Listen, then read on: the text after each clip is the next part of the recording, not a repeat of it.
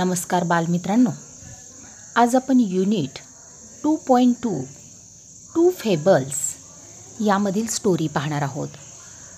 स्टोरीचं नाव आहे the two friends and the bear, म्हणजे दोन मित्र आणि अस्वल.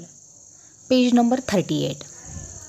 विद्यार्थी मित्रांनो, ही स्टोरी जेव्हा आपण इंग्रजीतून वाचतो तेव्हा आपल्याला लगेचच आपली मराठीतील गोष्ट लक्षात येते. पहा, तर दोन मित्रांची ही गोष्ट आहे. दोन मित्रांनी अस्वल. तर संकट काळामध्ये मित्र दुसऱ्या मित्राला कसा फसवतो हे या गोष्टीतून आपल्याला पाहावयास मिळते. तर सुरुवातीला आपण गोष्ट काय आहे ते समजून घेऊयात. त्यासाठी तुम्ही तुमचे टेक्स्टबुक तुमच्या समोर ठेवा, म्हणजे स्टोरी तुमच्या लक्षात येईल. पहा, या ठिकाणी two friends were travelling together through a wood. तर या ठिकाणी पहा, वूडचा अर्थ लाकूड असा घ्यायचा नाही, तर अरण्य किंवा जंगल. तर दोन मित्र जंगलामधून एकत्र प्रवास करीत होते. When suddenly they came across a beer.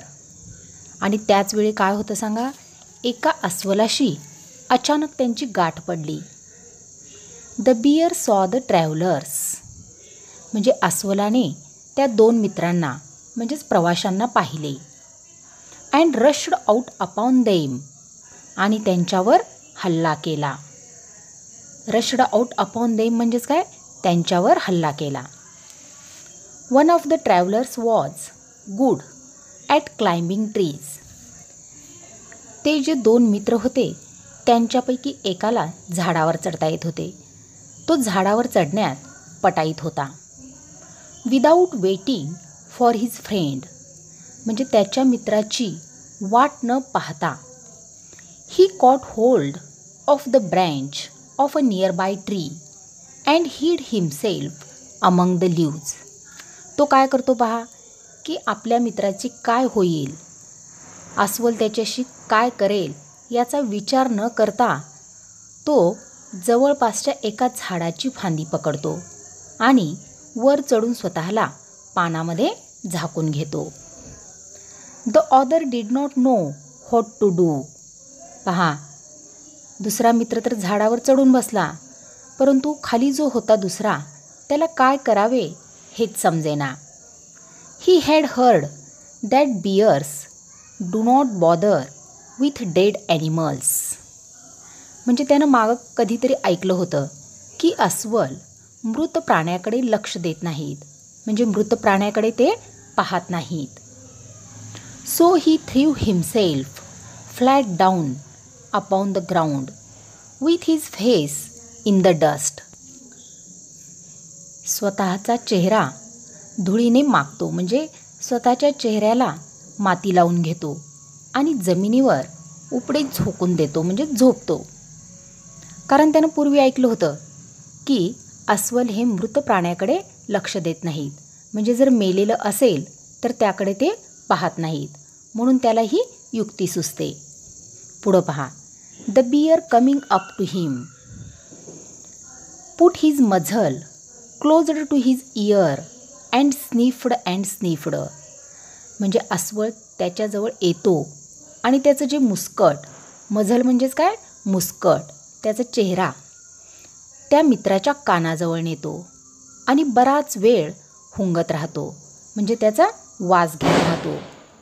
But the man lay very quietly on the ground and did not even breathe. जेव्हा अस्वल त्या मित्राजवळ येतो तेव्हा तो मित्र जमिनीवर अगदी शांतपणे पडून राहिलेला होता. तो जराही हलत नाही, श्वासोश्वाससुद्धा करत नाही.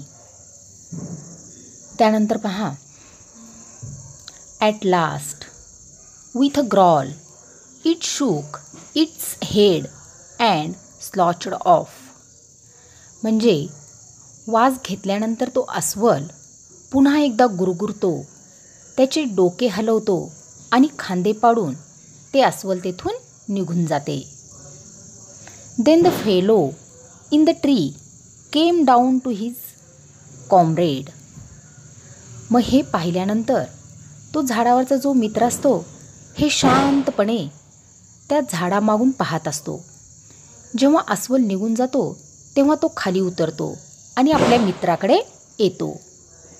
अँड लॉफिंग अँड सेड म्हणजे हसत हसत तो मित्राला म्हणतो, what was it that master Bruin whispered to you. आणि काय म्हणतो पहा मित्राला, की ब्रुईन साहेब तुझ्यापाशी काय पुटपुटले किंवा त्याने तुला काय सांगितले. मग त्याचा मित्र काय म्हणतो पहा, he told me said the other, never trust a friend who desserts you at a pinch. तो आपल्या मित्राला काय म्हणतो, तर अडचणीच्या काळात तुला सोडून जाणाऱ्या मित्रावर विश्वास ठेवू नकोस. पाहिलंत ना मित्रांनो, किती सुंदर स्टोरी आहे पहा. तर या स्टोरीमधून आपल्याला काहीतरी शिकायला मिळतं की आपला खरा मित्र कोण असतो सांगा, जो संकट काळामध्ये अडीअडचणीच्या वेळेस आपल्याला मदत करतो. परंतु या स्टोरीमधून आपण काय पाहिलं, तर जे 2 मित्र होते त्यापैकी एकाने आपल्या दुसऱ्या मित्राला अस्वलाच्या तावडीत सोडून स्वतः एकटाच झाडावर जाऊन बसला. त्याने दुसऱ्या मित्राचा जराही विचार केला नाही. मग या स्टोरीचे मोरल काय आहे पहा, never trust a friend who desserts you at a pinch. म्हणजेच अडचणीच्या काळात सोडून जाणाऱ्या मित्रावर विश्वास ठेवू नका. विद्यार्थी मित्रांनो, 2 मित्रांनी अस्वल ही स्टोरी तुम्हाला खूप आवडली असेल तर तुम्ही तुमच्या पाठ्यपुस्तकातून परत एकदा ही स्टोरी वाचा आणि पुढे तुम्हाला काही कठीण शब्दार्थ दिलेले आहेत त्या शब्दांचे वाचन करा आणि लिहून घ्या.